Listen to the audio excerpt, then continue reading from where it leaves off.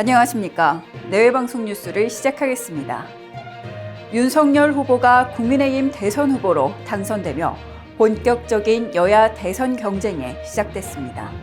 이재명 더불어민주당 대선 후보는 오늘 스타트업 정책 간담회에 참석해 청년 창업자를 대상으로 한 정책을 제시하는 등 청년 미래 행보를 이어갑니다. 윤 후보는 서울국립현충원을 참배하며 대선 후보로서 첫 공식 행보를 시작합니다. 더불어 내부적으로는 선대위 구성을 꾸려나갈 것으로 보이는데요. 경선 결과를 두고 당내 이견이 나타나고 있습니다. 한편 주요 정당 대선 후보가 확정된 후 처음 실시한 여론조사에서 윤 후보가 이 후보를 15% 이상 앞선 것으로 나타났습니다.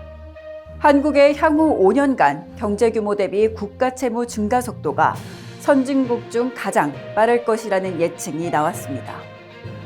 8일 국제통화기금 IMF의 재정점검보고서에 따르면 5년 뒤인 2026년 한국의 일반 정부 국가채무는 GDP 대비 66.7%를 기록할 것으로 보입니다. 이는 올해 말 기준보다 15.4%포인트 오른 수치입니다. 반면 같은 기간 35개 선진국 채무 비율은 121에서 118로 3%포인트 내려간 것으로 관측됐습니다. 이에 따라 한국은 선진국 가운데 채무 증가율이 가장 높은 국가가 될 것이라는 게 IMF의 관측입니다. 한편 정부도 지난해 장기재정 전망에서 2060년 GDP 대비 국가 채무 비율이 64에서 81%까지 올라갈 것으로 예상한 바 있습니다. 새벽부터 비바람이 몰아치고 있습니다. 기상청에 따르면 서쪽 지역에서부터 시작된 비는 전국으로 확대돼 시간당 최대 30mm의 장대비가 쏟아질 것으로 보이는데요. 장대비는 낮 12시가 지나서야 차차 그치겠습니다. 그러나 일부 지역에서는 한 주 내내 비가 이어질 전망입니다. 비와 함께 찾아온 북서쪽 찬 공기로 기온이 뚝 떨어졌습니다.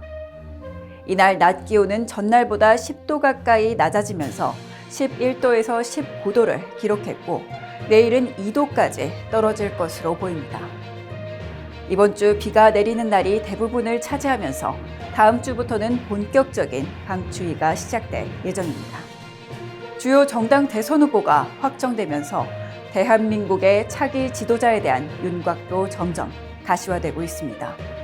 지역이나 개인의 감정이 아닌 더 나은 미래를 위한 선택을 기대해봅니다. 뉴스 마치겠습니다. 지금까지 시청해주신 여러분 고맙습니다.